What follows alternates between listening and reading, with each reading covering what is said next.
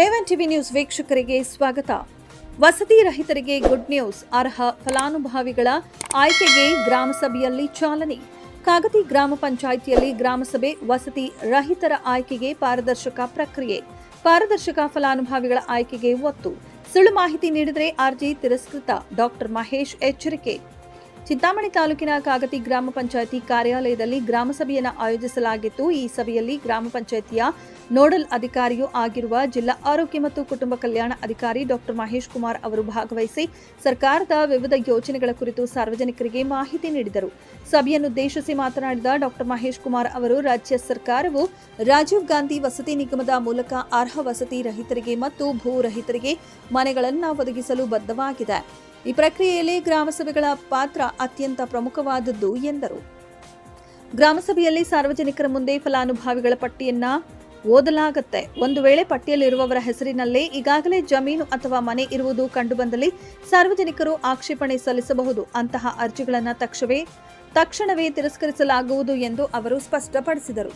ಹೆಚ್ಚುವರಿಯಾಗಿ ಗ್ರಾಮ ಪಂಚಾಯಿತಿ ವ್ಯಾಪ್ತಿಯಲ್ಲಿ ಸರ್ಕಾರಿ ಜಮೀನು ಲಭ್ಯವಿಲ್ಲದಿದ್ದಲ್ಲಿ ಪಕ್ಕದ ಗ್ರಾಮಗಳಲ್ಲಿ ಜಮೀನು ಗುರುತಿಸಿ ಲೇಔಟ್ ನಿರ್ಮಿಸುವ ಮೂಲಕ ವಸತಿ ರಹಿತರಿಗೆ ನ್ಯಾಯ ಒದಗಿಸುವ ಭರವಸೆಯನ್ನ ನೀಡಿದರು. ಗ್ರಾಮ ಪಂಚಾಯಿತಿಯ ಅಧಿಕಾರಿಗಳು ಮನೆ ಮನೆಗೆ ಭೇಟಿ ನೀಡಿ ಸರ್ವೆ ನಡೆಸಿದ ನಂತರವೇ ಅಂತಿಮ ಫಲಾನುಭವಿಗಳನ್ನು ಆಯ್ಕೆ ಮಾಡಲಾಗುವುದು ಎಂದು ತಿಳಿಸಿದರು. ಗ್ರಾಮ ಪಂಚಾಯಿತಿ ಅಭಿವೃದ್ಧಿ ಅಧಿಕಾರಿ ವಿನೋದ್ ಎಸ್ ಮಾತನಾಡಿ, ಗ್ರಾಮ ಪಂಚಾಯಿತಿ ವ್ಯಾಪ್ತಿಯಲ್ಲಿ ವಸತಿ ಮತ್ತು ನಿವೇಶನ ರಹಿತರಿಂದ ಅರ್ಜಿಗಳನ್ನು ಆಹ್ವಾನಿಸಲಾಗಿದ್ದು, ಈ ಪ್ರಕ್ರಿಯೆಗೆ ಸಾರ್ವಜನಿಕರಿಂದ ಅಭೂತಪೂರ್ವ ಸ್ಪಂದನೆ ವ್ಯಕ್ತವಾಗಿದೆ. ವಸತಿ ಮತ್ತು ನಿವೇಶನಕ್ಕಾಗಿ ಪಂಚಾಯಿತಿ ವ್ಯಾಪ್ತಿಯಲ್ಲಿ ಡಂಗೂರ ಸಾರುವ ಮೂಲಕ ಹಾಗೂ ಕರಪತ್ರಗಳ ಮೂಲಕ ಜಾಗೃತಿ ಮೂಡಿಸಲಾಗಿತ್ತು. ಇದರ ಫಲವಾಗಿ ಕೇವಲ ಒಂದು ವಾರದಲ್ಲಿ 200ಕ್ಕೂ ಹೆಚ್ಚು ಅರ್ಜಿಗಳು ಸಲ್ಲಿಕೆಯಾಗಿವೆ. ಅರ್ಜಿ ಸಲ್ಲಿಸಿದ್ದ ತಕ್ಷಣವೇ ಮನೆ ಮಂಜೂರಾಗುವುದಿಲ್ಲ. ಸರ್ಕಾರದ ನಿಯಮದಂತೆ ಅರ್ಹ ಫಲಾನುಭವಿಗಳನ್ನು ಮಾತ್ರ ಆಯ್ಕೆ ಮಾಡಲಾಗುವುದು. ಅರ್ಜಿದಾರರು ಅಥವಾ ಅವರ ಕುಟುಂಬದವರ ಹೆಸರಿನಲ್ಲಿ ರಾಜ್ಯದ ಯಾವುದೇ ಮೂಲೆಯಲ್ಲಿ ಸ್ವಂತ ಮನೆ ಅಥವಾ ನಿವೇಶನ ಇರಬಾರದು. ಕುಟುಂಬದ ವಾರ್ಷಿಕ ಆದಾಯ 1,20,000 ಒಳಗಿರಬೇಕು. ಮಹಿಳೆಯರಿಗೆ ಯೋಜನೆಯಲ್ಲಿ ಹೆಚ್ಚಿನ ಆದ್ಯತೆ ನೀಡಲಾಗುವುದು. ಪುರುಷರಲ್ಲಿ ಅಂಗವಿಕಲರು, ಹಿರಿಯ ನಾಗರಿಕರು ಮತ್ತು ವಿಧುರರಿಗೆ ಮಾತ್ರ ವಿಶೇಷ ಸಂದರ್ಭಗಳಲ್ಲಿ ಅರ್ಜಿ ಸಲ್ಲಿಸಲು ಅವಕಾಶವಿದೆ. ಮಾಜಿ ಸೈನಿಕರಿಗೂ ಆದ್ಯತೆ ನೀಡಲಾಗುವುದು ಎಂದು ಹೇಳಿದರು. ಈ ಸಂದರ್ಭದಲ್ಲಿ ಬಿಲ್ ಕಲೆಕ್ಟರ್ ಸುರೇಶ್, ಕಾರ್ಯದರ್ಶಿ ಮಧುಕರ್ ಬಿ, ಚಿಂತಾಮಣಿ ನಗರ ಆರೋಗ್ಯ ಅಧಿಕಾರಿ ಶ್ರೀನಿವಾಸ ರೆಡ್ಡಿ ಮತ್ತು ಗ್ರಾಮಸ್ಥರು ಹೆಚ್ಚಿನ ಸಂಖ್ಯೆಯಲ್ಲಿ ಪಾಲ್ಗೊಂಡಿದ್ದರು. ಅವರಿಗೆ ಆದ್ಯತೆಯನ್ನು ಹೆಚ್ಚಿನ ಕೊಡ್ತೀವಿ. ಮತ್ತು ಆದಾಯ ಮಿತಿ ಎಷ್ಟಿರಬೇಕು ಅಂತ 1,20,000 ಗರಿಷ್ಠ ಮಿತಿ. ಅದರಿಂದ ಒಳಗಡೆ ಆದಾಯ ಮಿತಿ ಇರೋರಿಗೆ ಮಾತ್ರ ಈ ವಸತಿ ರಹಿತ ನಿವೇಶನ ರಹಿತರಲ್ಲಿ ನಾವು ಕನ್ಸಿಡರ್ ಮಾಡ್ತೀವಿ. ಪಂಚಾಯಿತಿಯಲ್ಲಿ ಈಗ ಯಾವುದೋ ಒಂದು ಹಳ್ಳಿಯಲ್ಲಿ ಒಂದು ನಿವೇಶನ ನಮ್ಗೆ ಮಂಜೂರಾಗ್ತಾ ಇದೆ. ಅಲ್ಲಿ ಅಷ್ಟು ಜನ ಆ ಹಳ್ಳಿಯವರು ಇಲ್ಲದೆ ಇದ್ದಾಗ ನಾವು ಬೇರೆ ಹಳ್ಳಿಯವ್ರನ್ನ ನಮ್ಮ ಗ್ರಾಮ ಪಂಚಾಯಿತಿಗೆ ಬೇರೆ ಹಳ್ಳಿಯವ್ರನ್ನೇ ಕನ್ಸಿಡರ್ ಮಾಡ್ತೀವಿ.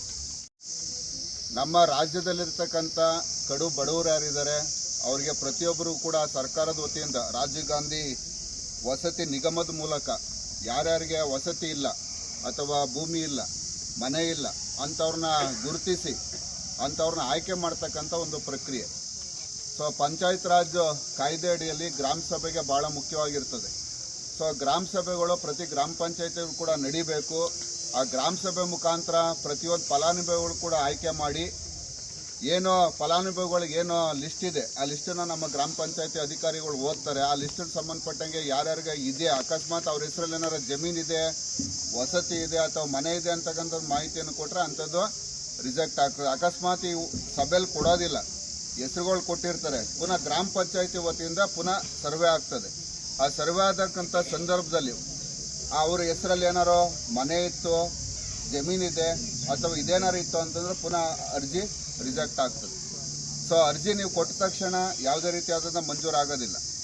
ಸೊ ಈಗ ಆಲ್ರೆಡಿ ಗ್ರಾಮ ಪಂಚಾಯತಿ ವತಿಯಿಂದ ವಸತಿ ರಹಿತರಿಗೆ ಕಂದಾಯ ಇಲಾಖೆಯಲ್ಲಿರ್ತಕ್ಕಂಥ ಜಮೀನನ್ನು ಗುರುತಿಸಿ ಅಲ್ಲಿ ಜಮೀನನ್ನು ನಾವು ಗ್ರಾಮ ಪಂಚಾಯತಿಗೆ ತೊಗೊಂಡು ವಸತಿ ರಹಿತರಿಗೆ ಜಮೀನು ಲೇಔಟನ್ನು ಪ್ಲ್ಯಾನ್ ಮಾಡಿ ಲೇಔಟನ್ನು ಅಪ್ರೂವ್ ಮಾಡ್ತಕ್ಕಂಥದ್ದು ಒಂದು ಕೂಡ ಅದು ಕೂಡ ಸೈಮಲ್ಟೇನಿಯಸ್ ಆಗಿ ನಡೀತಾ ಇರುತ್ತೆ.